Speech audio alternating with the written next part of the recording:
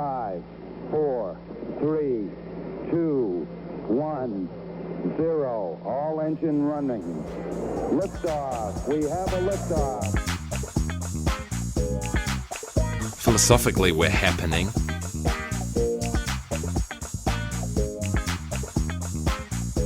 Okay. Oh yeah, break it down for me, fellas. Welcome to Sacrilicious with Robin and Snurts, a Simpsons review podcast. I'm your lovable nerd Snurts, aka Joshua Stearns, and joining me is the equally delightful Robin. Don't have a cow. Coward! Heyo, Joshua, my friend. How are you doing, sir? I'm doing fine. Just fine. Another weekend full of podcasting. How are you? I'm fantastic, Josh. Do you know why? Because you got your nipples pierced. Got my nipples pierced. Yay! No, man. After 18 motherfucking months, I got a job.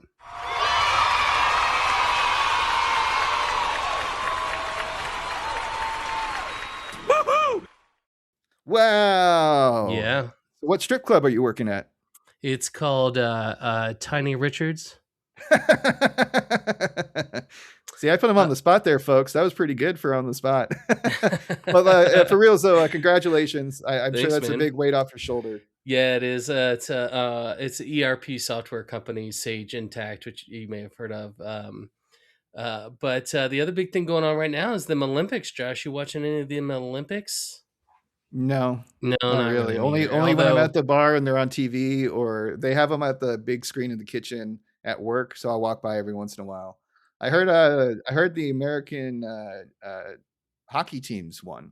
Yes, both men and women. Yes, yeah. Both beating the Canadians, which we're neither of us terribly happy about because America right now. You know what I'm saying?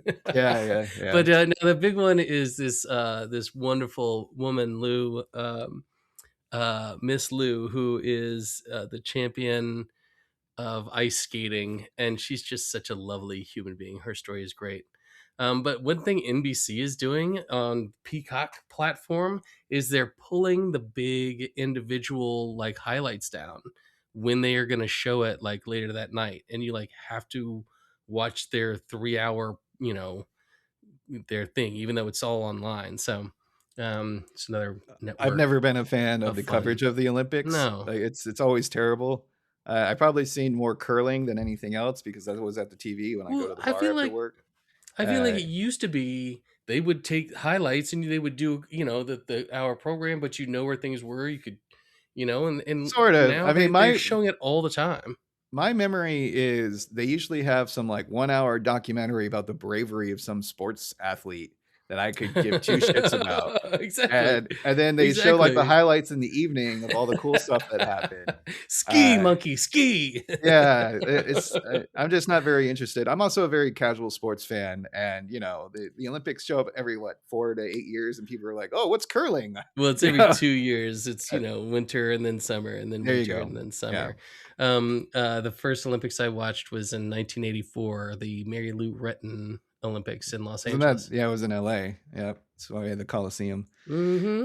Nice. Well, enough of this Olympic bullshit. If this is your first episode, here's how it works. One of us will pick an episode of The Simpsons to discuss. We go through the plot, provide questionable impressions, and point out our favorite bits. This time Robin picked.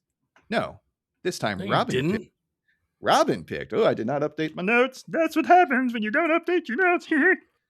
Robin picked from season 22, episode 1, Elementary School Musical, directed by Mark Kirkland, written by Tim Long, with the first air date of September 26, 2010. So why did you pick this one, bud? I think the thing that most stood out is they have Brett and Jermaine from Flight of the Conchords. Was the big thing that I remembered and was the reasons I put it down. I've always loved. Did you ever watch Flight of the Conchords? No. It was on HBO, 10, 15 years ago now. And it's the New Zealanders that do this comedy routine, which I just thought was hilarious. But it's also about Lisa having like a performing arts, experience, which was my life for a long time. Nice. Very good. Yeah, I mean, I'm not as big at the musicals as you are, so a lot of this stuff does kind of go over my head. Over your head. Right. Yeah, I'm not going to start singing a song, but I'm I not actually, gonna start singing a song. that could be a I'll factual stop error now. because I'll stop it's now. time for everyone's favorite copy paste segment, Behind the Wiki. A wick, a wick, a wick, a wick, a wiki, wick, a wick, a wick, a wick, a wiki.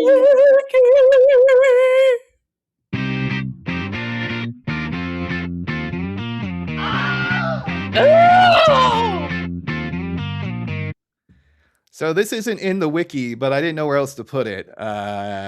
So yeah, let's see here. Where else?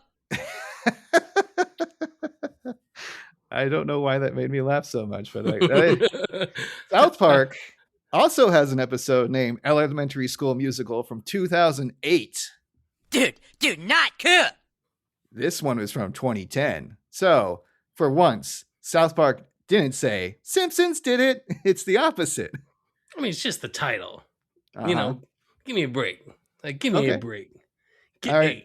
Just give me a break. I didn't watch the musical one from South No, Park. me either. I think it's the same kind of thing where they just have like a lot of Glee-like moments and they're doing musical numbers throughout. Yeah. Yeah, I mean, look, you remember the movie, the South Park movie from way back in the day? Yeah. Bigger, Longer, and Uncut. Yeah. That's a musical, and it's freaking brilliant. And of course, they wrote Book of Mormon, so they're very good at songs. They've done it all throughout that show. So it'd be an interesting one to watch. But South Park is never one that I've had. That and Family Guy are very similar in that I've never really had the interest in watching them like all the way through, like I've done now with like Archer and The Simpsons. South Park comes and goes. I'm like either watching it all the time and then it'll just die off and then it'll come back like 6 months to a year later and be like, oh, South Park, cool. It's hilarious. They're great. I actually do remember that movie because I wrote a paper on it for my movie class that I took at Pierce College. It was Return of the Jedi. Oh, Cosmo's a South bitch. She's Park. a big fat bitch. She's the biggest bitch in the whole wide world. Yeah. You don't, what is it? You don't eat or sleep or mow the lawn. You just fuck your uncle all day long. Come on, guy. Come back to bed. No, Saddam. You don't love me. All right. So the Behind the Wiki is a lot of just basic information about the episode. The only reason it's so long, I think, is because there's so many guest stars, including, let's see how many of these I screw up. Leah Mitchell. Is that right? Michelle? No, it's Leah Michelle. Yeah. Leah Michelle. Corey Monteith. And Amber Riley from the Fox series Glee. We have physicist Stephen Hawking. Corey is dead, so don't fuck up his name, Josh. Well, he won't care if he's dead. A lot of people care if he's dead, Josh. You're going to get emails. We got the Fly of the Concourse members, as you brought up before. What is it? Gemini? Gemini? That sounds weird. Man, I'm really screwing all these up. Jesus Christ. It's like Jermaine, but he doesn't have the Jermaine. R. Got it. Clement and Brett McKinsey. See, I got McKinsey right. Yeah. They first rehearsed their lines over the phone with Nancy Cartwright, which I love how in parentheses they put the voice of Bart. Great job, Wikipedia. It's like the Simpsons wiki. Yeah, exactly. Yeah. Before flying to the United States to record their parts of the show, Clement, a fan of the show since it first aired as shorts on the Tracy Ullman show, said that he and McKinsey would play new characters rather than themselves, and he thought that was quite smashing. That was my word, not his word. The opening sequence features Automan and the Partridge Family like bus. We'll dig more into that later when we get to that section. And then the chalkboard gag is a reference to the Inception. Again, like just very basic points about what's going on in the episode. Well, nothing really insightful here. What's funny there, Josh, is you said that they wanted to play new characters and not themselves. Correct. But the characters were 100% written for their exact brand of humor. So, so they were still in their comfort zone. They just weren't using their birth names. Right. Exactly. Yeah. Which is great. Which is fine. I get it. The Glee cast members sing a version of Good Vibrations by the Beach Boys. Krusty the Clown had a Super Bowl nip slip, which is pretty... Did you see that? Do you remember that? Watching? Oh, yeah. Absolutely. Justin Timberlake and Janet Jackson. I was a huge fan of Janet Jackson back in the day. Rhythm Nation, hell yeah. And so when she got all that blowback, and my parents were forward-thinking people. You're from like Humboldt, like showing a fucking nipple gets you canceled. Like what? There's one of those moments where you're like, what the fuck puritanical bullshit society do we live in here? and it it's was still barely pervasive. seeing the nipple because of the big old piercing that she had that covered up most of it anyway. Like, it Right, had, like, exactly. scar or something like that on there. Well, and within a second, he had his hand over it, which was it was momentary. Also, Justin Timberlake was invited back to do Super Bowl halftime performances, and she wasn't. Yeah, of course. Double standard. Yeah, well. All right, yeah. Lisa Double listens to The standard. American Life, a public radio program voiced by Ira Glass. Also, Ethan and Kurt have a map of Middle Earth on the wall in their apartment. Finally, we have Krusty's comment that I Ain't Gonna Play Sun City is a reference to Steven Van Zandt's famous protest song. No idea what that is. Anything from... So, do you know why they would have Middle Earth on their wall? Because they're from New Zealand. Correct. Yeah. They also had the New Zealand flag on there as well. Anything from the other Simpsons wiki that has like stupid stuff out there? Like there are Ralph some gems. Okay, so what do you got? talked about our other episodes of other shows doing this. Well, the title, as is written exactly, the title is similar to the Fairly Odd Parents episode "School's Out" the musical. Okay. So I don't know what that is. Also, it is not really close at all. Another one is Sprooklyn. Springfield's district in this episode is a parody of Brooklyn. No shit. In Wow. New York City. Thanks for Blowing your confirming, mind Wiki. here, Josh. Fucking A. What about this one? Sprubway is a parody of Subway. No fucking a way. Sandwich shop. Wow. That's amazing. But there was one that I liked is in the episode, towards the end of the episode, they do a Rocky and Bullwinkle homage with the sound of when, Rocky used to fly. They have the same sound effect. They did that, which is just little, nerd humor for the writers there. Nice. So we get into the episode, and they kind of changed up the intro for this. This is post the Simpsons movie, where they seem to have something flying in front of the Simpsons title at the beginning. Well, I think they really brought in a lot of animators to do fun things. Yeah, and we got Otto in the school bus, like we mentioned in the wiki area. We also have like sign gags now as they kind of peruse through the town. They do a billboard every episode when they show the intro. And then we have Professor Frank's sex killbot. Make sure switch is in correct position. Very important. So it's Professor Frank's sex/killbot. Correct. So that is the switch that you have to make sure is in the right. The chalkboard gag. When I slept in class, it was to help out Leo DiCaprio, which I love because that's a great excuse. I wasn't sleeping on the job. I was helping Leo. I didn't get it at first. I was like, what the hell is he talking about? And I was like, Inception. There he goes. There he goes. All right. So the couch gag is a banner appears over the couch celebrating the show's 22nd season. A Fox executive approaches the family with a cupcake, takes a bite, and walks away, disappointing the family. It's so funny. With one small cupcake with a little candle in it. Maggie blows it out, and then he takes a bite and walks away. And everybody's very sad. Like he walks away with their cake. So funny. Which is what executives do, Josh. So we're starting off in the house with Homer catching the kids up at 4 a.m. We got Lisa, Milhouse, Martin, Database, and Maggie, and they're staying up to watch the Nobel Prize winners live. They want to watch it live. Which of course is in Sweden. I mean, in Norway, Oslo. Yeah. And Homer's like, "It's 4 a.m. You kids should have been in bed a half hour ago." Yeah, he's a good. I also like how he's very enthusiastic. He's like, "Ooh, the Nobies." That's the nerd humor in this, that I like, And they are treating the event kind of like a Super Bowl party. Like they have like 100%. Scorecards and stuff like that. Like Martin's and all of the answers on the sport. Yeah, and with Martin, he's like, I got Jagdish Bhagwati, who is an actual Nobel Prize recipient. But all the people in this are very, very, very and of course the top honor nerdy. Of course, the top honor is going to be the Nobel Peace Prize. And I like Homer's comment, "I'd kill for that," which reminds me a lot of Trump. Reminds me a lot of Trump right there. Like, I'll murder everybody for that Peace Prize. He was nominated this year. Did you know that? What, Homer? That's amazing. Yeah. He's going to win. So everyone is shocked when Krusty is declared the winner. Maggie literally shits herself. And I know you like this. Here's the animations that shows her like diaper filling up, and it raises Yeah. her like 6 inches off the couch. It's like It's like profound. it's like she went from sitting on the couch like to sitting on a baby stool that you would get at a diner. You know what I Right, mean? exactly.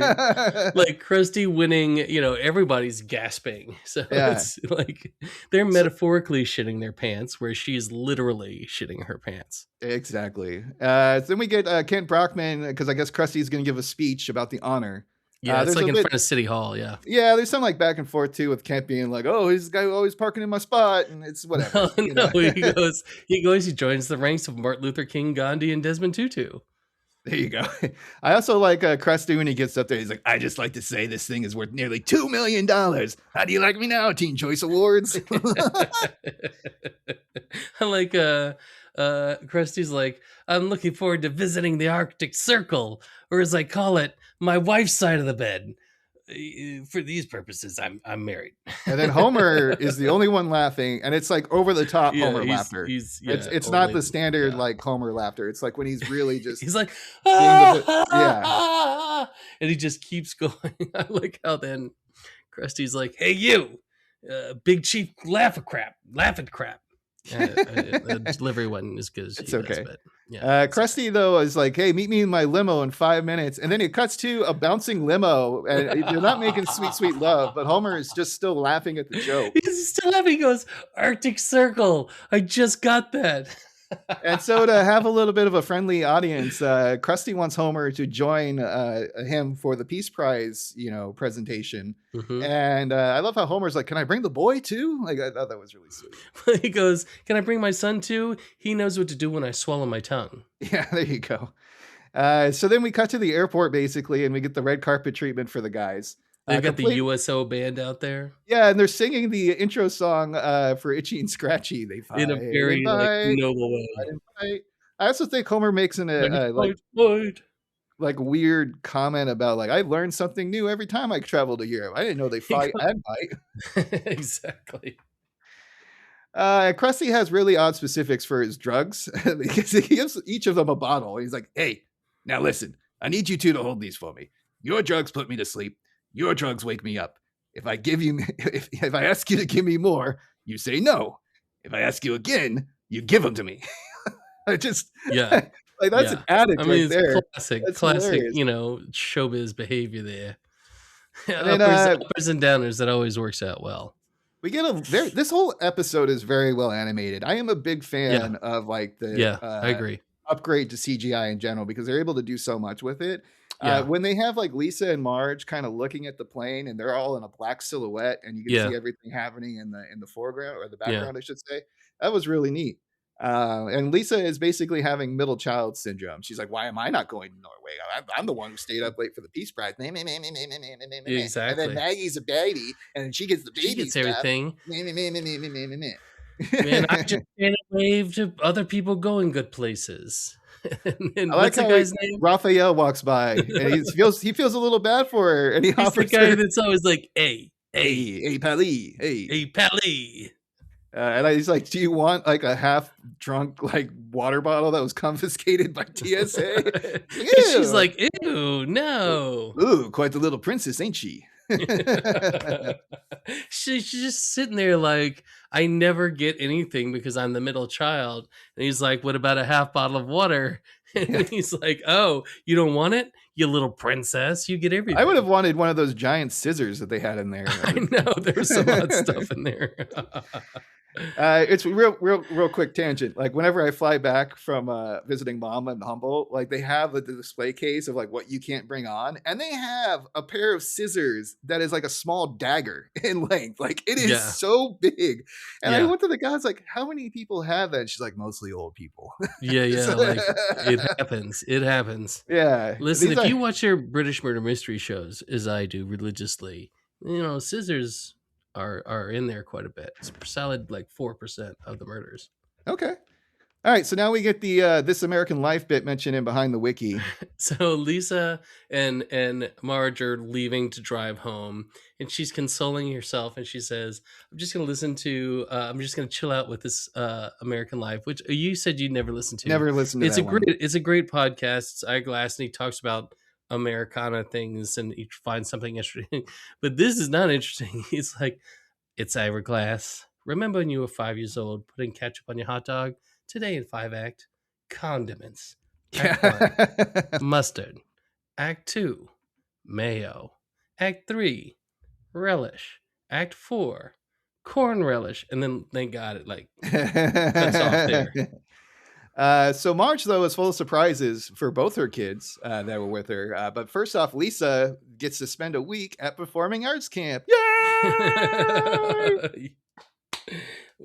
Which is I don't know. fun. I That's went what into did for Kermit. college. It's I great. went into Kermit for some reason because I was so excited for this.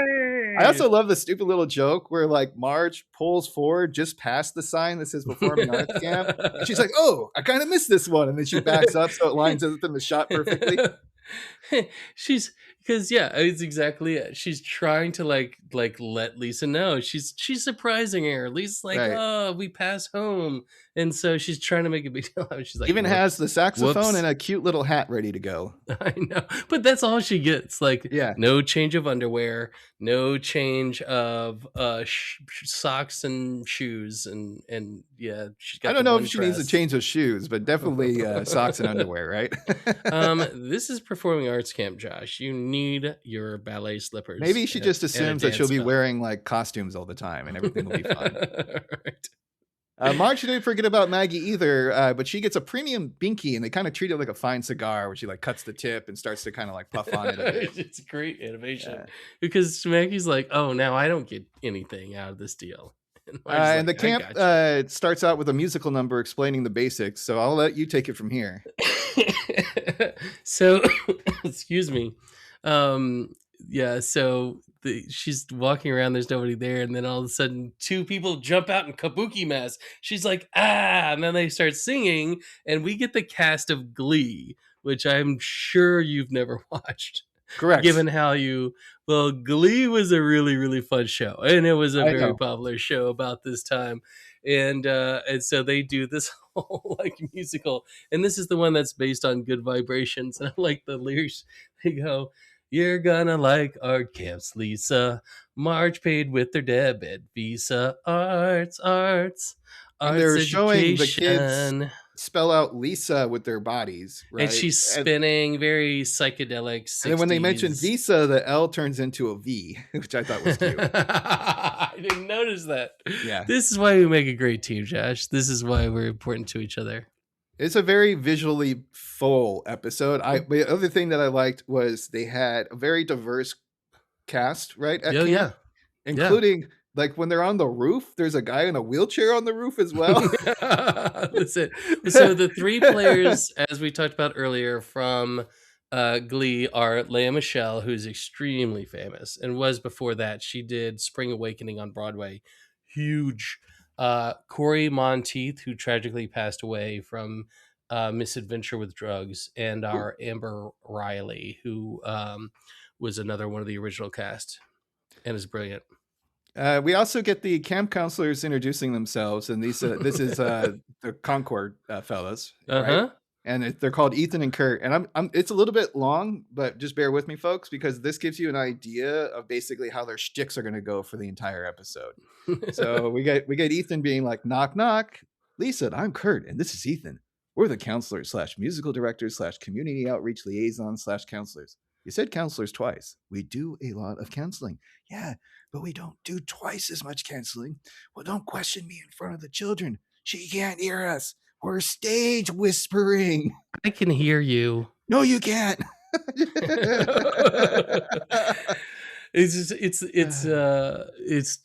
very much prototypical them. And then they're like, all right, Lisa, let's get you in your camp t-shirt. And they do a song about how they only have medium. So we hope you're a medium. Well, Lisa kind of calls them out. It's like, do you guys just say something and then like do a couple guitar lyrics and sing about it? You know? We do a song that says, no, we don't do that. We never do that. Well, we sometimes do that, but very infrequently, lady. So I don't know this duo as much, but I got some like kind of Tenacious D type of vibes, the way 100%. They played off of each other and stuff to that nature. Yeah. And it's, I have to say, like, the music is good throughout this entire episode. They're excellent. I was impressed. could not recommend going and watching Flight of the Conchords more. They're Okay. brilliant. Yeah. All right. So at this point, we have two plots. We have the Lisa plot and the Krusty plot. And they land, and I love how Bart's the first one to be like, wait a tick, this isn't Oslo. Where are the Woodstave churches? I'm like, he has like exact examples of what's missing. Like, but like ones we've never heard of, like the historic Accursus fortress or something like that. Yeah, something like that. Yeah, you pronounced it just as good as I did when we were going over the notes. Accursus. And it's a very modern. There's usually like a town. in there somewhere. With Right, right. With the and it's a very modern looking city. You know, you got very like high tech, like skyscrapers looking everywhere. And it turns out they're in Holland at the Hague specifically. And I love how. Did you say a Hague? I love how they have the banner taking down from the plane that says like Peace Prize. And it like goes to World Court after like the World Court has a plane. For anybody who doesn't know, there is a I don't know, it's backed by the UN, but there's an international court that's in The Hague, which is an area of, I believe it's the capital of Holland, or the Netherlands if you're feeling dirty. Yeah. We get like very stereotypical looking inspectors who kind of reminded me like from what was that, Steve Martin in like the Pink Panther or something. Right exactly now. With the like blue caps on, classic European police. And Krusty is demanding. He's like, you got to tell me what the charges are. And he's like, you dropped the monkey from the Eiffel Tower. In Greece, you committed something called aggravated hey. Oh, I forgot about that one. And here in Holland, you stole the entire act of our beloved Von Krusten, the clown. You've bestolen Almin Joken Turtles. The clown literally drives up in like a little moped, like Vespa thing, and like smacks the shit out of him, which is great. I love. In Greece, you committed something called aggravated hey. Oh, I forgot about that one. I love it. It's so good.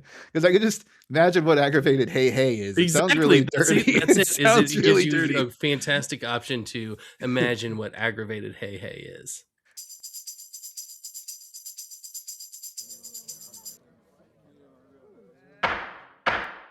Gentlemen, I have called this special session of the court to address the many crimes of Krusty the Clown.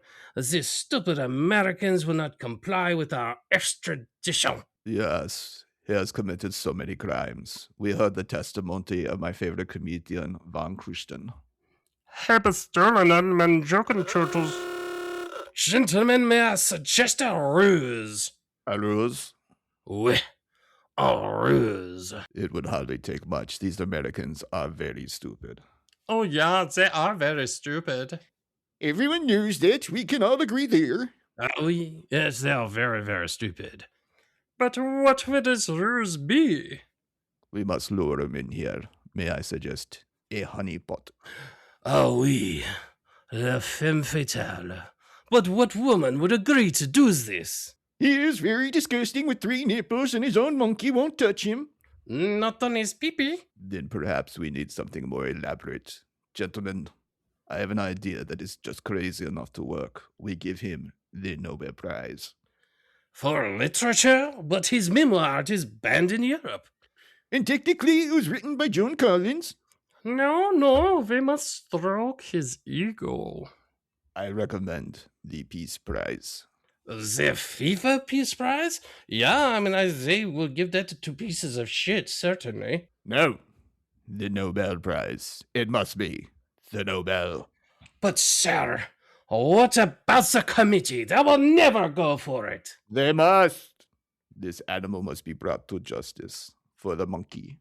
And what about, Gaza doctors? And the volunteers in the Sudan, the actual peace bringers? This is all bullshit anyway. We've given the prize to Arafat for crying out loud. They don't even see these things unless they're on the gram. Very well, gentlemen. We have our ruse. Now, who will deal with this committee? I will handle them with maximum prejudice. When I am done with them, they will beg for Krusty to win.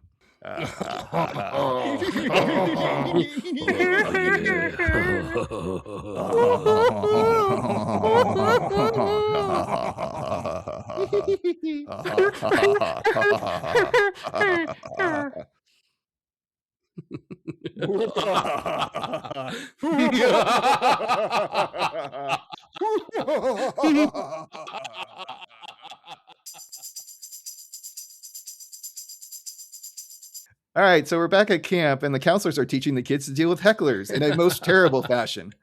All right, I'll take it from here, Josh, because this is the camp, so I get this part. So they're performing.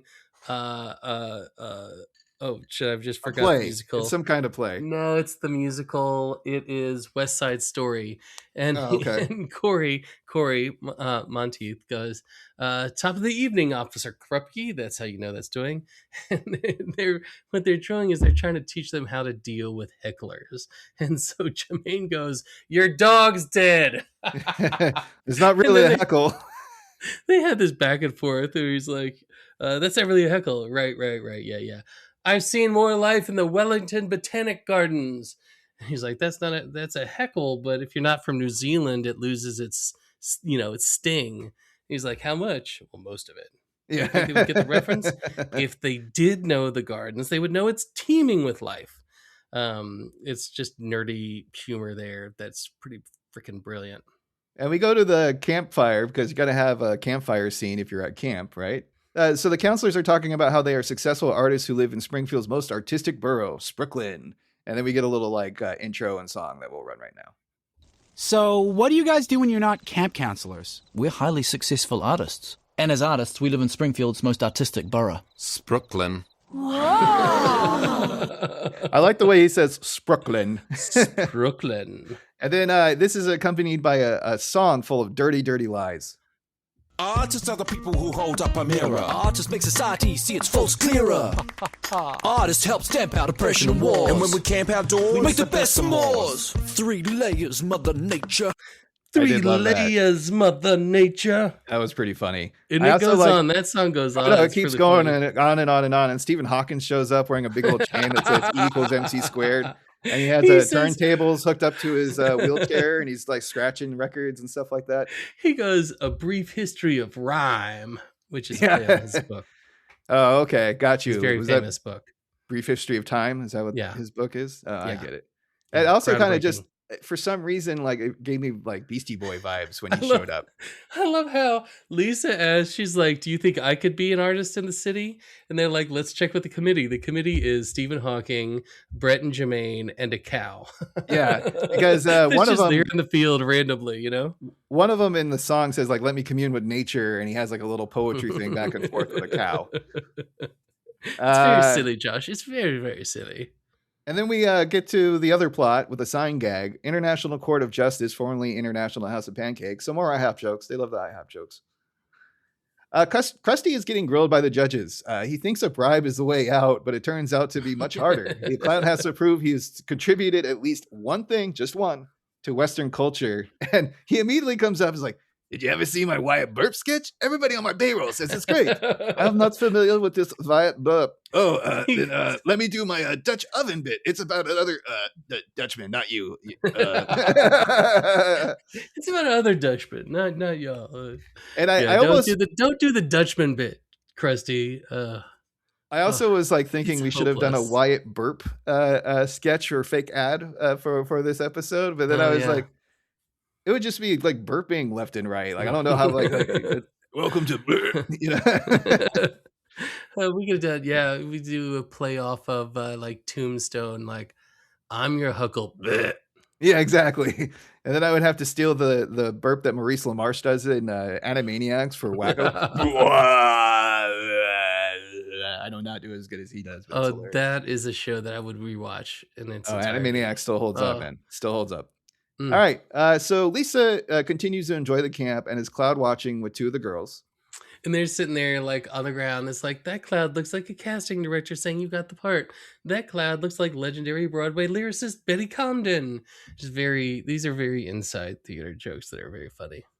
Yeah. It's one of those things where I recognize these are jokes and I do not get them. Then Marge- Marge shows up. It's funny too because the way they have it is like we're looking from the perspective of the girls laying down on the ground looking up, and all of a sudden just this big tuft of blue hair and Marge pops up. Here we Shows up. time to go. She's at the clouds like, hey. And Lisa, of course, is distraught because she's had such an amazing revelatory time at this camp. And Why don't you she's tell like, us about it with the photos and everything? she's like, it can't be over. And let me see. And she's looking on her phone at what she's done that week. And she's like, Monday was orientation. Tuesday we did mime. Wednesday we did mame. I love those little play on. Very funny for me. Friday morning, Andrew Lloyd Webber and Elaine Strict helped me make wallets. And they're, of course, Andrew Lloyd Webber. Everybody knows him. But Elaine Strict is one of the most celebrated actresses on Broadway of all time. It's funny because the only reason I know Andrew Lloyd Webber is because I listen to Canadian Comedy Bang Bang. And really? Paul F. Tompkins plays Lloyd Webber as one of his like improv characters that he does. You never seen like Cats or Phantom of the Opera? Yes. No, I haven't seen Phantom of the Opera, but I've listened to it because my mom had the CD. I'm Never telling you, man, I'm not a Starlight Express, Josh. You've never seen Starlight Express? No. Oh, something we shall have to remedy. I could probably name like the amount of musicals I've seen can probably fit on my fingers. You know, like it's probably 10 or less. We should do a trip to New York. That'd be fun. We could do. So what's really funny is then she goes, Friday evening we performed Angels in America, a gay fantasia on national themes, which was when I was at NYU in getting my degree in drama, my very fancy degree. Tony Kushner, who wrote that, was huge, and it's still one of the great play successes of all time. They did a huge HBO, I think, did a production of it. It travels all the time. It never goes away. And she's like, part 1, Millennium Approaches, part 2. And then Marge is like, Perestroika. And Lisa's like, she's like, oh, you got it. You knew that too. I like how basically as they're leaving, there's one of the girls be like, goodbye, Lisa. I'll miss you a lot. Then a little, then not too much. And if that doesn't sum up like people you just randomly run into for a week. Exactly. It was great. It was a poignant joke. I loved it. They kind of very much reminisce of being in like Boy Scouts or AYSO growing up, where like you hang out with these people for friends, like 4 or 5 months, right? Playing soccer, and you're like the best of buds. And then once the season's over, it's like you never even knew each other. Yeah, exactly. I also heard it's like that for a lot of productions in general. Movie, play, TV, all that stuff. Look, I mean, listen, when you do that stuff, it's such a good community because you're being vulnerable, and so people really connect, and it's the most amazing thing. I could not recommend more to everybody at some point to go and join a cast of something and have a little fun. It is unique and wonderful. Marge, though, she's like ready to go because she does not want to get stuck between the joggers from the fat camp. Cut to a huge traffic jam, like miles and miles long, with a dozen miserable little fatties trying to jog in front of everybody. It was so funny. They're all wearing like white shirts with like red hats and red shorts, right? Like they're all looking like little like gym, like a junior high gym class or something like that. It was hilarious. Mm-hmm. Was just no counselor, of course. It's just them running in the middle of the highway. Yeah. I also like how there's only like one place for them to jog, which is the main road out of the camp. You can step outside. I'm just. There's not like a grass field that they can go run around in. Look, at a point, and it's funny actually. This is something I noticed in a lot of the later stuff. They really will do these one-off jokes that have no context. Right. It's just a joke that they throw in. They used to do it a lot more until Family Guy stole that like bit. So then they kind of cut back on it a little bit less. I also like how Lisa is immediately going through withdrawals. I mean, this is like she just kicked heroin. She's like, I need another fix. I need more camp. This sucks. She's like, so she goes, something happened this week that completely changed me. And Marge is like, oh no, you didn't see a boy lose his swim trunks, did you? And she's like, no, I fell in love with theater, dance, song. And Marge is like, hey, we got plenty of songs in the car. We have Maggie's favorite singer, Rufy, which is a play on Rafi. Right. Like, and it's awful. It's awful. He goes, brush your teeth, comb your hair, have an apple or a pear. And like, Lisa's like aggressively trying to jump out of the car. Yeah. And Marge's she's like, like, no, "Nah." safety locks. And it's just this one phrase playing over and go, brush your teeth, comb your hair, have an apple or a pear. And And then this is followed by a sign gag turns that says out- Springfield is 279 miles away. And it has a sign below it that said voted most monotonous monotonous, sorry. Highway in America. Monotonous always throws me off. There's too many O's in the but it's funny because let me explain like what kind of drove me nuts about it, but it's also like perfect rubber band reality. Mhm. When they went to the camp, it was like one exit past their normal stop to get to the Yep. house. But on the way home, for some reason, because Ruffy's playing, it's 279 miles on the boringest highway you've ever seen. I really like that. She's just come from theater camp with Leia Michelle and Amber Riley. And Right. she's now got to listen to Roofy. Well, and Although it doesn't the get any Roofy better. name is problematic too. But Yes, 100%. But it also doesn't get much better because her next day is going back to Springfield Elementary School. And yeah, she's I just call it depressed. like Lisa back to the real world, right? Yeah, yeah, and she's like very sad, and Otto's like, "Hey, like usually you're the first one to get out of this death trap. What's going on?" And she mentions like you driving up on the curb and me coming back to reality has kind of left me nauseous. And he says like, "Oh, maybe I shouldn't have played that video game about driving while driving." And then we see the video game, which looks like it's on like a little Game Boy Color of some kind, and like it literally has a bus driving, and then it crashes into a wall, and a bunch of skeletons on fire come running out of the The bus. skeletons are hilarious on fire, and they're running and screaming, of course. So Lisa's like, all right, well, maybe it won't be that bad. Thanks, Otto. And then she gets out, and Jimbo Jones is like, hey, Lisa, how was Farts Camp? And the bullies are like, Farts Camp, that's great. And Yeah, she's like, doesn't that Ernie was or lovely. someone else like say like, "Oh, you draw on toilet paper?"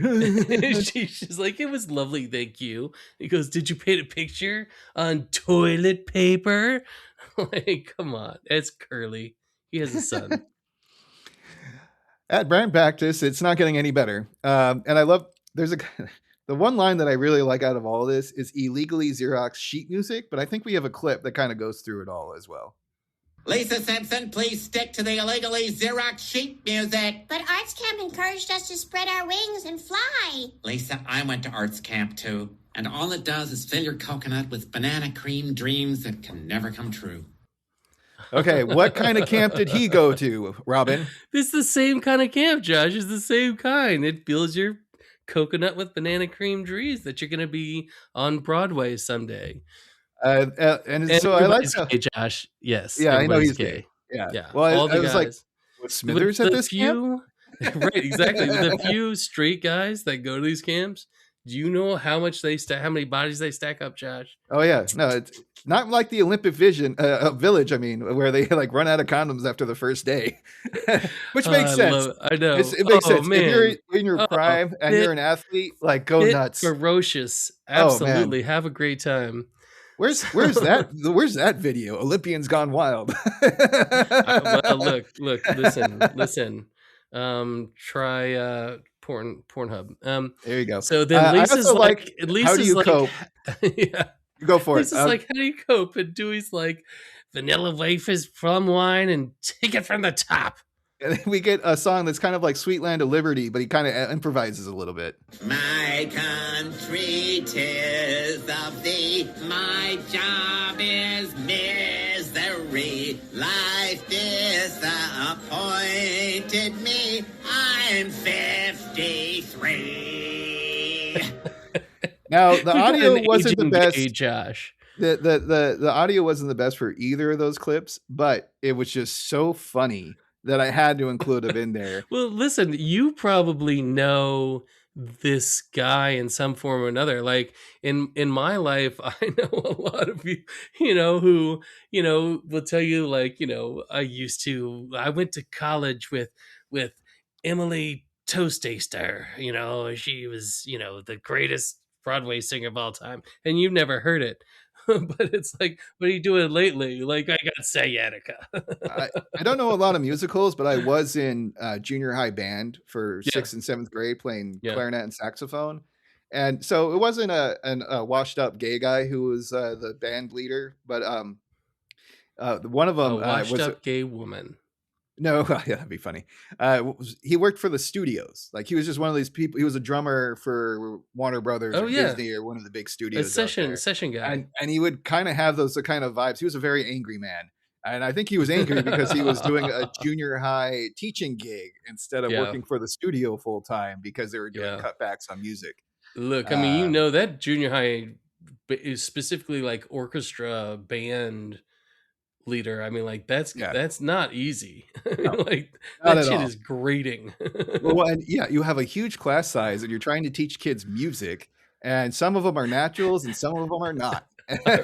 You know, Or naturally destructive of your entire soul. all right, so back to the other plot with Krusty, Homer, and Bart. They're looking for some kind of cultural contribution, and they're looking online, and it's nothing flattering.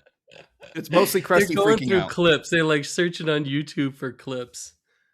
My favorite is him tripping the Pope and the Super Bowl nip slip that we were talking about before. The Super Bowl nip slip. What got me? Because it's not just favorites. it could be nips slips because he has 3 nipples, right? Yeah, that's fair. That's fair. Yeah. But I thought the one that was just most out there is there's like Krusty confesses to self-mutilation on this like Celebrity Squares type show. Right, and they show him with like a hand wrapped in bandages. It's not great. And it's He's got also problems. set up this next one because you got the reference. It's like a clip from an old Krusty episode. Yeah. So, says he was on Electric Company. Oh, got you. Bart's like, this should be it. Electric Company was a big show, PBS style.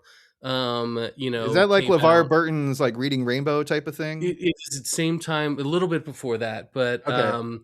but a lot of that same music that was coming out of public radio and TV at the time. There's a lot of like jazz funk stuff.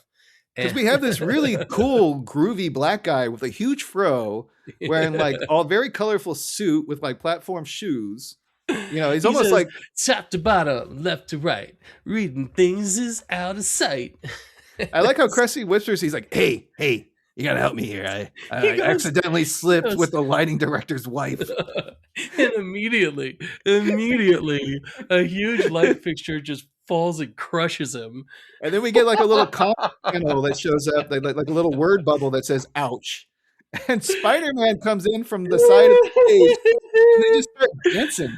It's fucking because it's seemingly random, Josh, but it's an homage to Electric Company. It was, like the little pop-up bubbles and things like that. They would do that in the show. See, like this went way over my head because I was born in the 80s. Yeah. Oh, that's funny. I'm glad you knew that reference because I was like, this is so strange. I have no idea what this is about. It's so funny the range that the writers have, and this would have been 2010 or something like that. Yeah. Well, it's the same old guys working on this show. Well, it's true. All right, so we're back at the house, and Lisa is still lamenting about the camp at dinner table. She mentions fun meals and gives examples of like talking only in poetry lines. And of course, Grandpa chimes in, like actually very elegantly, because I could not stop for death. He kindly stopped for me. And Lisa's like, "Oh shit, Emily Dickerson. That's so cool." And Grandpa's like, "No, I was just describing my day." I mean, you can see it coming a mile away. Oh, and it was still hilarious. It's so fucking hilarious. Oh, I loved it. Like, I'm glad Grandpa was there joining him from dinner. Also, again, the animation is so much more crystal clear than it was in previous episodes. Because, like, at the beginning, they were just basically eating slop.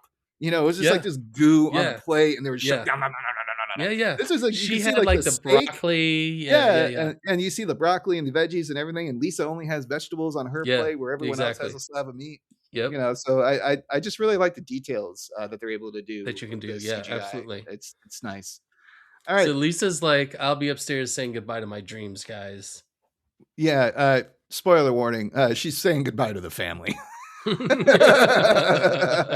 She sneaks off for a more artistic life, and there's a very, very, very sweet moment between her and Maggie because she's doing like the classic Bart thing where like she just kind of goes out her window, is on a tree branch, and is about to go down like the steps for the tree house, and sees Maggie there, and like I forget what she says exactly. Do you have that line? Yeah, she'll gaze, "I'll send for you when I'm famous, Lisa, Maggie. We'll take the town by storm like the Bronte sisters." And she hands over a picture of a brontosaurus. So cute. And I love So how cute. Lisa's like, oh, Maggie, don't ever turn 2.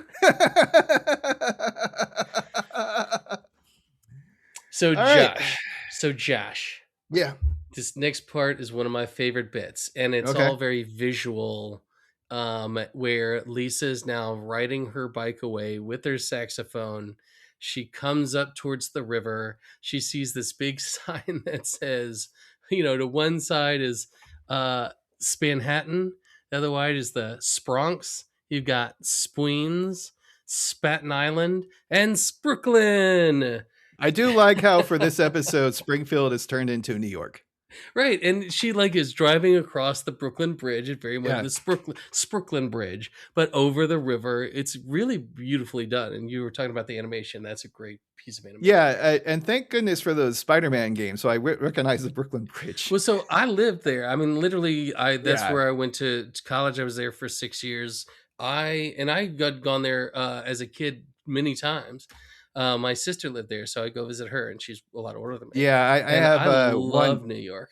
I have one trip. It was like 3 days and 2 nights in Manhattan.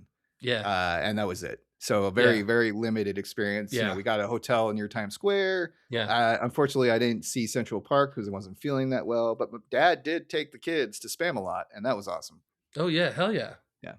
All right. So.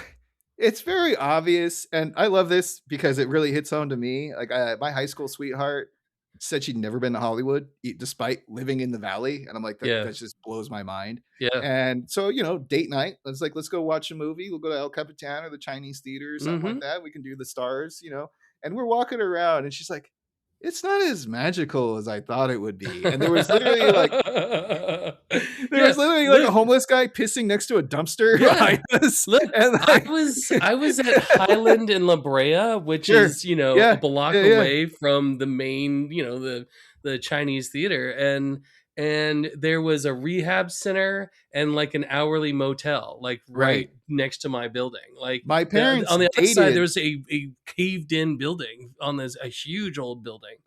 The pre-kids relationship with my parents, like they lived in Hollywood at the time, and they would talk about like how it was just one roach apartment after another. Yeah. Even though they were going to the store, the Comedy Store, even though they were like around all this like classic big entertainment venues. Absolutely, like, it is kind of a shithole. Oh, it was a total shithole.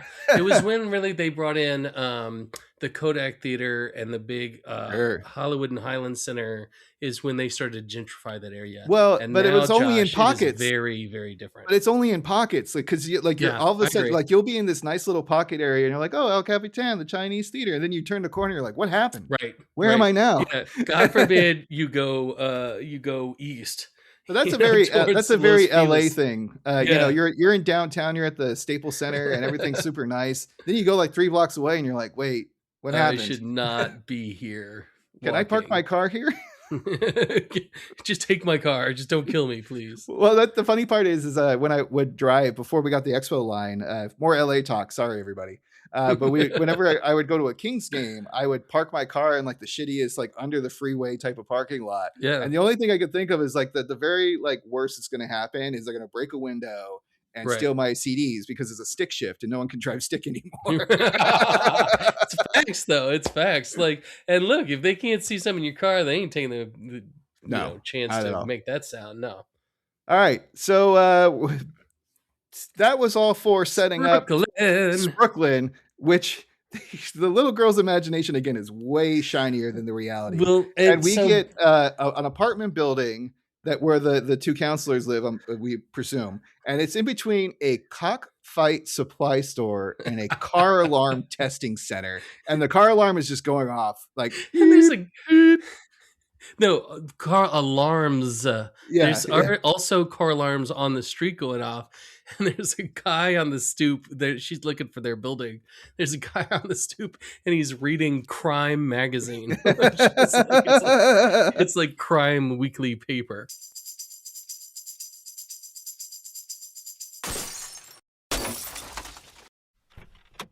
All right, no car alarm. Time to drive this baby to Mexico.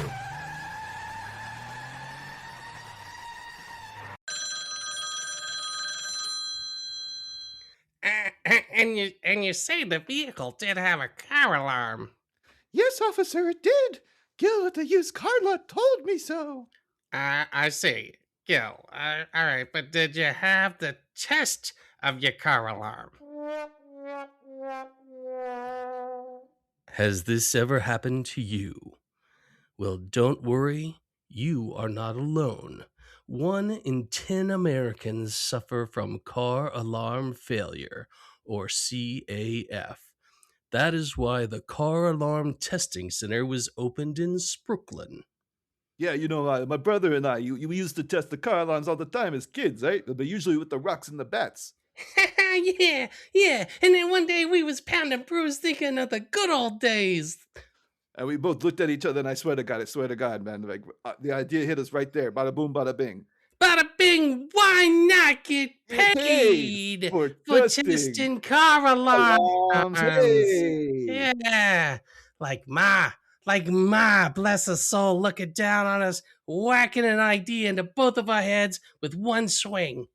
This guy over here, though, he gave us a few complaints, and we kind of realized right away the rocks and bats wouldn't cut the mustard, Yeah, now we use what do they call them things? Computers and things, stuff like that. You heard it here, folks. Test early, test often.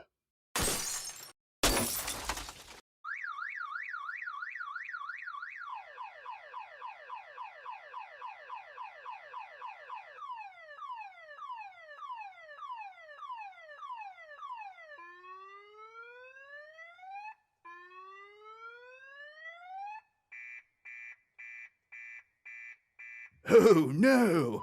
A car alarm! I better skedaddle.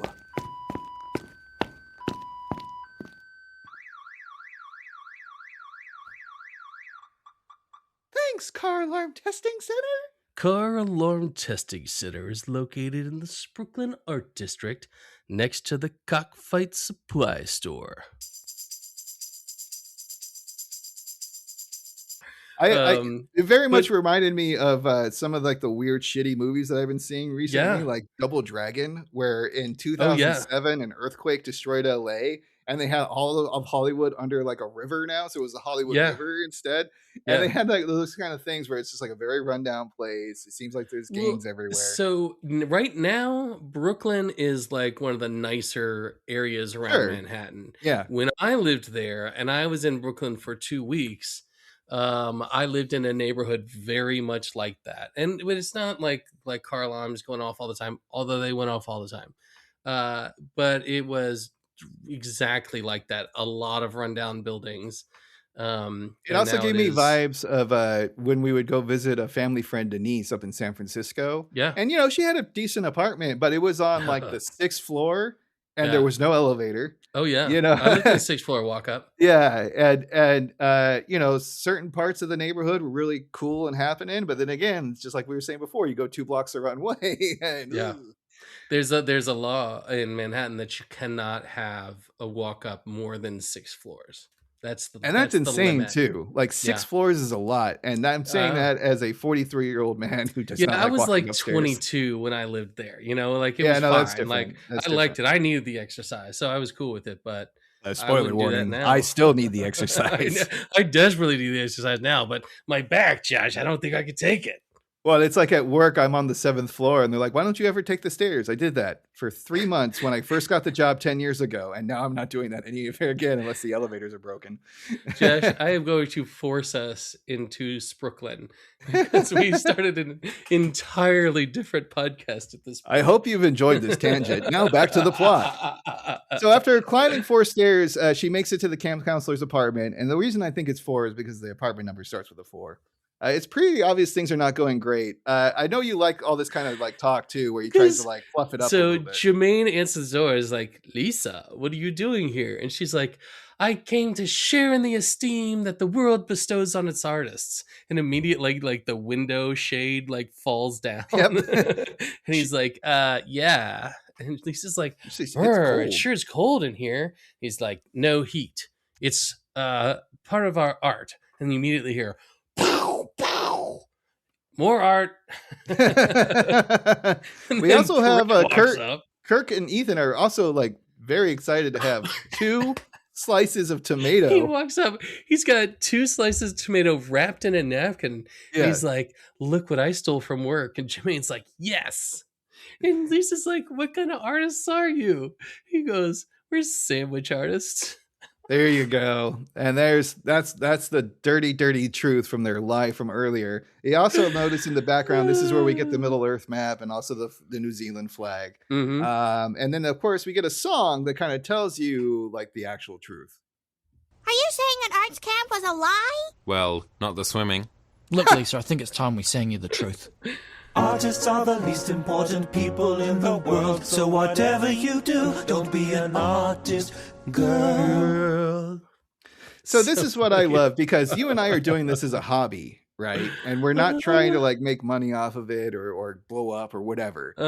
This is just you and I having fun. And I really feel for this moment, because there does come a point in someone's life where the starving artist bit isn't going to work anymore, and you got to get a job.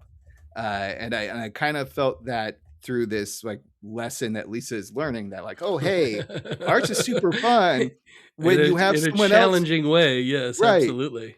But when you're a child and you have a roof over your head and food on your plate from your parents, it's much easier to be the artistic one. But then when you have to go make a living off of this stuff, Well, that's where really the challenge comes in. you, like, I will never give money to NYU because they did not teach us anything about the business.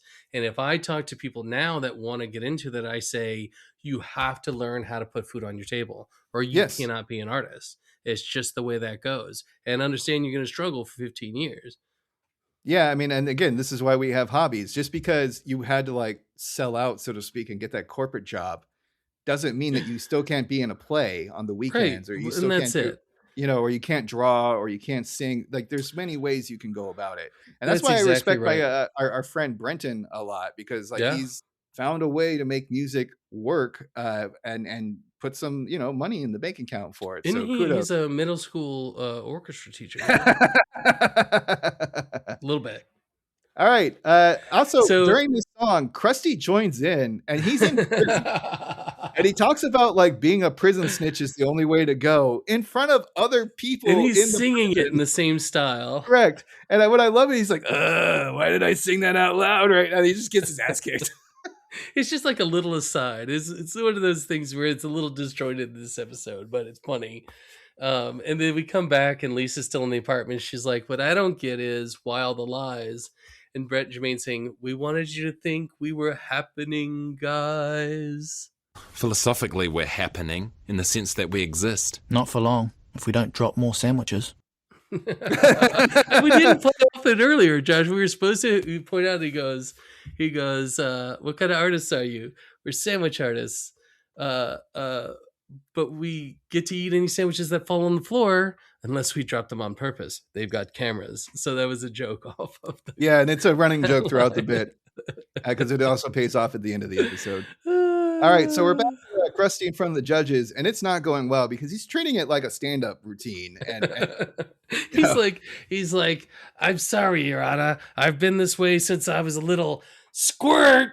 And he sprays him with and he also mentions something about you. I thought you Euro guys liked shitty comedy or something of that nature. And I love how the judge is so just upset, and he's like, we don't put Euro in front of everything. Euro gods, take them away in the Euro cuffs. And you liked how the Euro cuffs looked like the actual symbol for it was this true. Like they were like the bat cuffs, but they were Euro cuffs, I actually kind of like him more as bat cuffs. That would have been hilarious. Just like then when the joke was about Euro cuffs, Josh. No, I know. All right, so Bart and Homer burst into the court like just like any other classic like courtroom drama. Like, I have evidence, and their evidence is a DVD, and then we get stupid jokes about regions. Just so many jokes about regions. It's not. It's like 2 lines. He's like, "Is it region 1 or region 2? What region is America? Region 1." And Homer's like, USA. We're number 1. But they're like, "Hey, you can't submit this because it's just gonna get a message saying unreadable disk." And he's saying it like this. And then the other guy goes, "If it please the courts, my brother has a multi-region player. I pray that he's not on a state-mandated 5-week vacation. I love the state-mandated 5-week vacation. That's so good. Because Americans, think it's so frivolous that Europeans have like you need to take vacations. It's I'm pretty sure I've covered this on the podcast before, but I used to work for a Frenchman at Chiat when I was on Nissan International, and he was like, "Joshua, my friends are making fun of me because I do not have the month of August off. I do not know what to do. I do not know what to say. You Americans work way too much." I'm like, "Does that mean we can have the month of August off?" No. No. But yeah, he would call me Joshua. Joshua. Anyway, this also kind of comes into play. The brother comes through. Right. And I love it too. He's like, "Hey, man, I need this back by 6 because I got a DVD watch party to get to." The Real Housewives of Atlanta. And while they're waiting, there's a little cuckoo clock, and it kind of has Hitler being whacked by 2 gnomes with mallets. And I really like that. Little bits of this one. Yeah. Well, and he's doing like the Nazi salute and everything like that too, which is hilarious. And the elves are just hitting with mallets in the head. It is great. The other thing that I wish in hindsight I did is actually get a clip for this next part, because the one thing that is a contribution to Western society is Krusty being a diva about potato chips, because he wants a mixture of smooth and rigid as per his what do you call that, retainer? A rider, yeah. Rider. Yeah, and he's performing at this big festival in South Africa. It's called Sun City. Uh-huh. And he walks off basically, and then like storms off. Yes. With the vuvuzelas, right? Uh-huh. He says, "Vuvuzelas, play me out of here." And there's like a full orchestra band behind him, kind of like the Johnny Carson show or something like that. And they all put down their instruments and pick up those annoying sounds. Yes. Those things are so damn annoying. And then Bart cuts in and goes, "And 3 days later, South Africa freed Nelson Mandela from prison." And even though none of that is related to each other, the judges are like, "You know what? Screw it. I'm done with this. I want to move on with my life. My wife has been bitching about me for not coming home on time." Yep. And then the clown wants to celebrate with some weed. Well, look, I love its exact line here. She goes, "I'm just glad you all saw what an amazing human being I am. Now, where's the nearest place I can score a little victory weed?" When the judge replies, "That would be the courthouse cafeteria. Naturally. I'll be right there. Order me a raspberry crepe and a brick of hash. How do you smoke it? I melt it and inject it into my eyelids." Hey, you're all right. Which is extreme. It's such like that is such an extreme way to consume hash. It's very extreme. Yes, I do not recommend that for anybody under 18. Yeah, no, nor am I. Usually you just take that brick and you melt a little bit over the top and you're good to go, or you sprinkle it in with a joint, Back to Lisa's plot. She's watching Kurt and Ethan perform in a rundown open mic club. They are thrown off when she starts clapping, which is wait. This is the part, Josh, where I really wish that we had a clip, and I should have gotten it, and I was doing another one, but it's them on stage, and they're doing this thing where they're singing well, and they're going, playing guitars, it's hard to sing while playing. And then they play off on the guitars, and they go all off because they're trying to sing and play, and it's a song about how hard it is to play and sing. It's such Flight of the Conchords. I just like how they're thrown off when she starts to clap. That to me was so funny. And so Jimmy goes, "What is she doing with her hands? It's called applause. I'm not sure I like it." Also, it's a really good thing that Marge shows up all of a sudden, because Mo was up next and apparently the material was dark. So Marge shows up and is like, "Lisa," and Lisa's like, "Take me out of here. I need to go home." She's way over it. "I'm Mo. It's a good thing to kill. This is going to get very dark right now." So any ideas what Mo is going to sing about? Yeah, it's probably some weird sex thing that probably involved, choking himself. Yeah, I was thinking more like suicidal stuff. Right. It's gonna be both. That's the whole thing. It's Mo. Yeah. It would be funny too if Barney starts showing up, because he has a very operatic voice. He's singing with him. Yeah. And all right. then I had to move the body. Then I had to move the body. Yeah, exactly. You got it. Yeah, 100%. Yeah, you're welcome. All right. Again, so, Josh, I have a very fancy degree in drama. well, that means you need to make the Mo Barney musical happen post haste. That's great. That's amazing. We should do that. And we'll talk after. All right. So they're packing up the station wagon because, you Yeah. know, you got to get the saxophone and like her backpack, which I'm assuming is just chock full of clean socks and underwear. I know. She didn't take it to camp, but she was moving out, Josh. She was moving to Brooklyn. Listen, she lasted about as long as I did. I was in Brooklyn for 2 weeks because we took in a stray dog into a 2-bedroom apartment, very small 2-bedroom apartment. We took in a stray German woman who was having green card problems and couldn't get an apartment. And then there was a serial murderer on the roof of our building. That was my Brooklyn experience, by the way. Same year. So she's ready to go. It's so funny too, because when I left Westchester, like one of the last like 6 months there, some poor child like died in someone's closet from neglect. And then there was a shooting that happened off of airport, and I came home and they were pulling out bullets from the drywall near my window, and I was like, you know what, I think it's time to move. I mean, look, listen, Josh, I've told you about this before. We do not bring up baby deaths on the podcast. I think it was it's more of a toddler or a child. We've talked about this, like child death in general, Josh. Every fucking episode, Josh. Child death. We're canceling that Epstein Files podcast we were planning. Is that what's going on? Hell no. I love that one. What did you think about the little back and forth when he's like, hey, I have a surprise for you? And then Marge immediately calls out, laundry? He goes, okay, 2 surprises. No, being sweet. They're sending her off, and she's like, I'll be back when I'm older and can be a true artist. And I do like the lines that they say to each other after she drives off. It's like, in a way, I think we learned more from her than she did from us. Well, yeah, obviously, because we taught her nothing. It's Jermaine. Jermaine's delivery. They're the way they play off of each other was one of the more genius comedy duos of all time. Fantastic. And as they're driving home, we see a large mural that says, now leaving Brooklyn, once and future home of the great Lisa Simpson, which is a very and she's so touched by this. Yeah. And it's huge. It's a massive mural. It's taking up multiple stories. It's the whole side of a wall. And then what I love is that they just kind of call out like how ridiculous that whole transition is. Well, because wait, it's not just the image that they painted.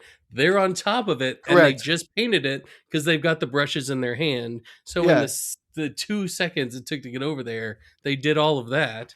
I also love how he goes like, how did we get way up here? Weren't we just back there? The magic of art. And then they pick up their guitars. and it's very much like fly away. It's very reminding me of like Lucy Lawless playing in that 100%. Yeah, they're like the magic of art away. And I love that's when they do the Rocky and Bullwinkle sound with like the oh, okay. Oh, gotcha. Oh, that makes much more sense now. And of course they go to Scrubway and they're late, even though they can fly with guitars. You know what I mean? Like, it's hilarious. And they come in, and it's just an angry guy sitting there with his arms crossed, just like staring at them, like angry. And we get one more callback where Jermaine's making a sandwich, and he obviously like drops it on the ground on purpose, and he's like, "Oops!" And Brett's like, hey, nice one. I'd also just want to see the books for this particular Sprugway, where it's just like, you got loss prevention or whatever. It's like, wait, we're not really matching up here very well. The videos are just like, you cannot take the time off. You cannot go to the bathroom. You can eat whatever falls on the floor, but if you drop it, it's a fire. That's a paddling. Which kind of cracks me up because I'm guarantee you that if you work at a restaurant like that or a fast food place, like you get like a free meal like for your lunch. Oh yeah, exactly. But I mean, these days though, Josh, man, these days. Knows? Yeah. Oof. Well, I mean, robots don't have to eat. So. All right. We get the credits rolling at this point. The credits rolling, and we get that song that I love so much again. It's hard to sing while playing. It's like Josh and I trying to do in the fake ads, like when we try and say something at the same time. Yeah. It's just comically off. That's what it is. And then then they go back into the great song that we heard earlier.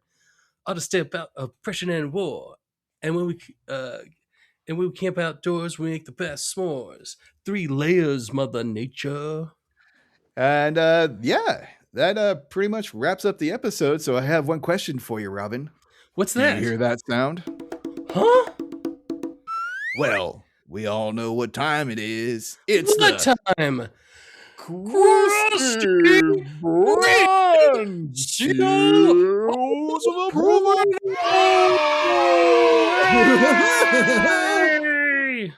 All right, it's your episode. You go first.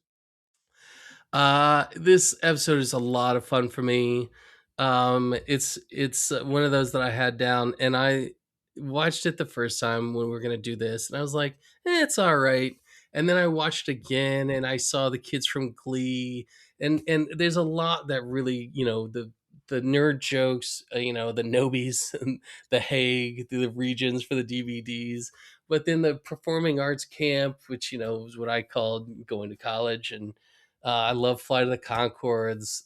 Their songs make me really happy. I loved Glee, like the Angels in America reference, Roofy, and also the New York scene, like Brooklyn. Like these are the places that I was there actually trying to be a working artist.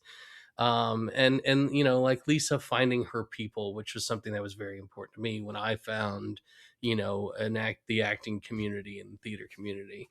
So it was I really enjoy it, and I liked it more each time I watched it. Like they're very dry, humorous. Flight of the Conchords, the way they're very dry delivery, and watching it multiple times, I actually found myself enjoying it more and more.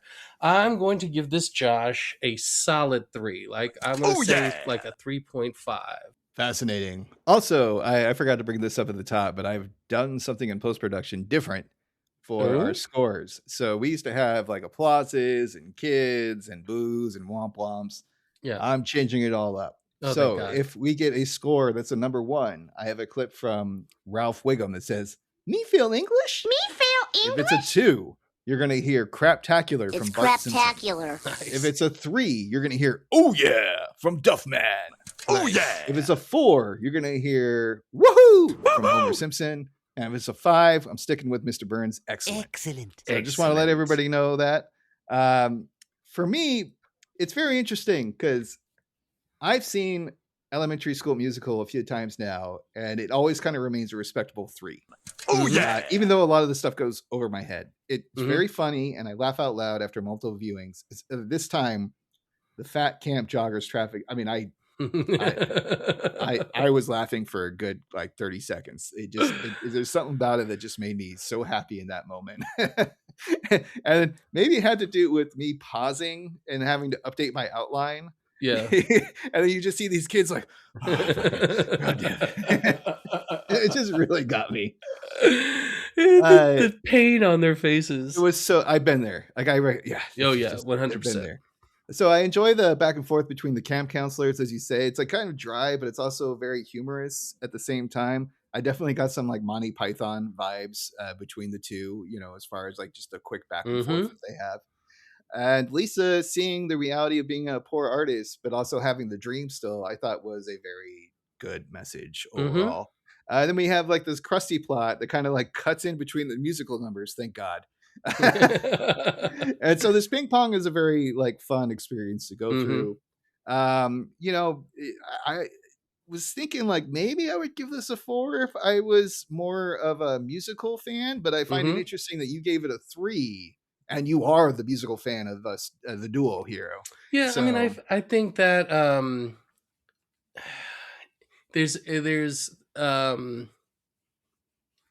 it's yeah. I mean, it tickles me, Sure, but it is more to me of a Flight of the Conchords episode than it is of a Simpsons episode, and so I find that a little disjointed the way they did some of the stuff with the Hague and Krusty, and some of those jokes are just very, very silly.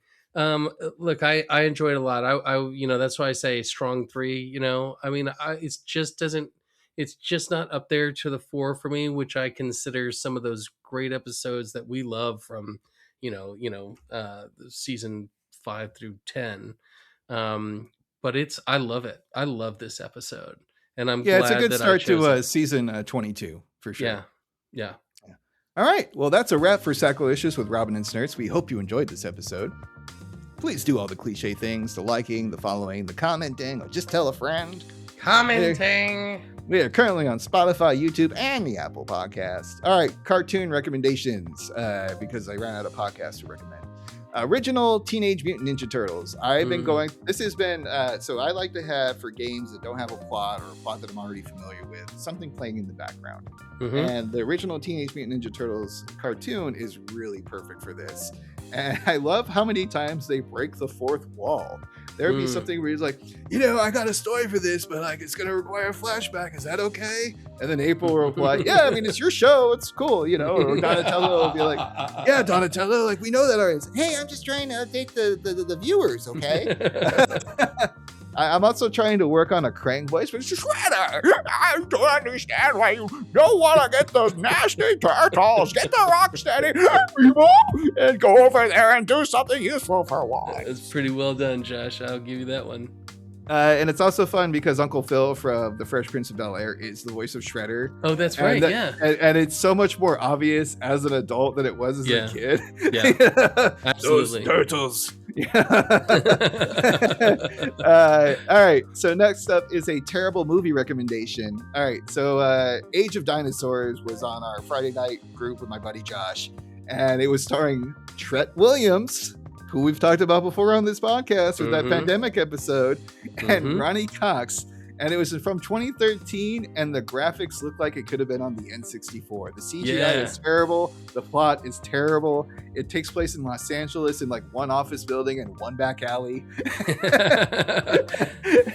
And it was such a bad movie that it was a lot of fun to have a couple of drinks with my bud and just rip on it as we're playing. And for those who don't know Ronnie Cox, he was like the corporate villain in RoboCop. He was the chief of police in Beverly Hills. This is like an established actor, and he plays like the old corporate schmuck. And then Tret Williams plays like the hero, who's like here's a drinking game, folks. Every time he mentions that he's an LA firefighter, take a shot.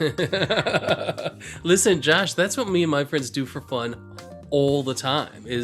We'll have a couple of pops and watch some terrible movies. I mean, we'll watch 3 in a row.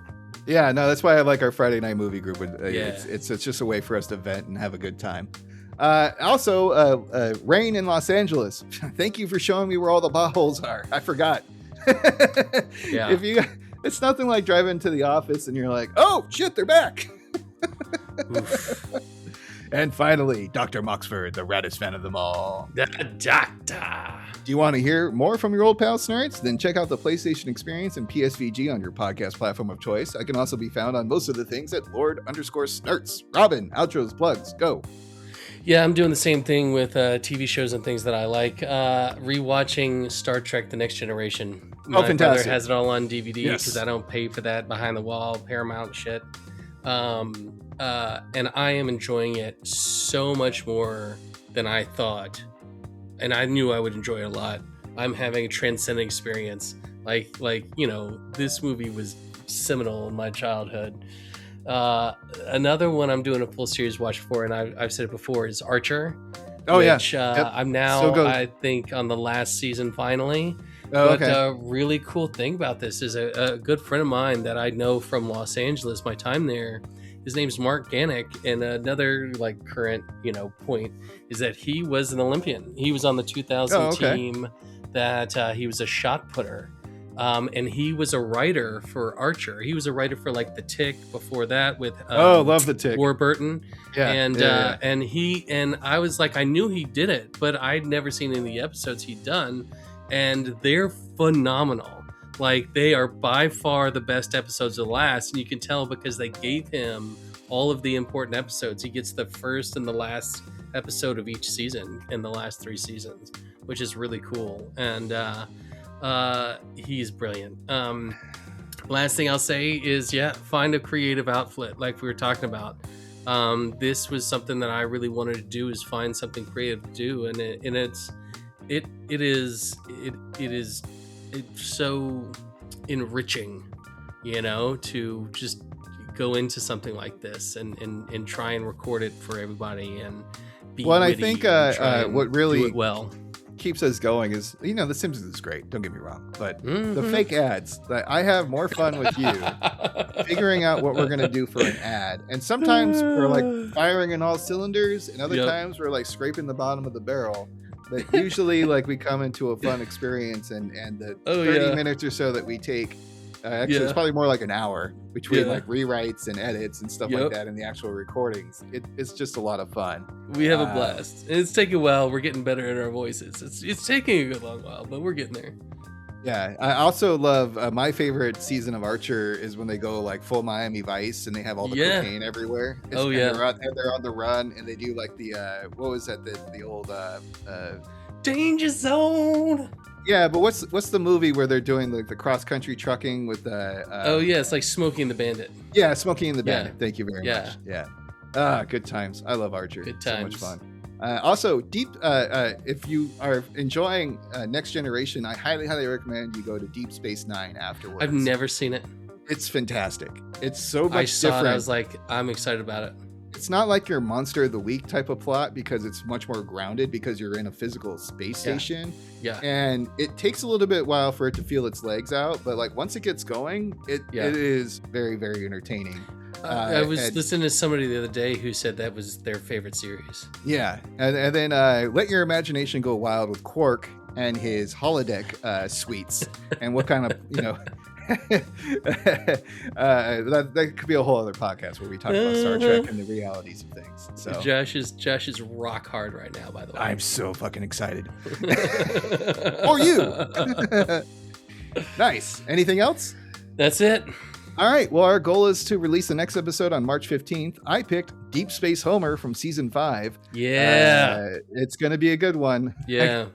Finishing out the year strong, Josh. Absolutely. So, alrighty, gang. It's time to wrap this up. Robin, hit me with that sweet, sweet quote. Artists in poverty with music and dance. Artists make art on the beaches of bronze. I never knew artists were all so amazing. Excuse me while I talk to this cow that is grazing. I give art like you give milk. So until next time, folks, smell you later, true believers.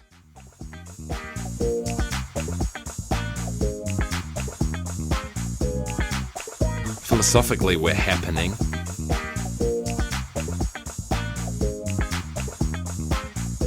Okay. Oh yeah, break it down for me, fellas.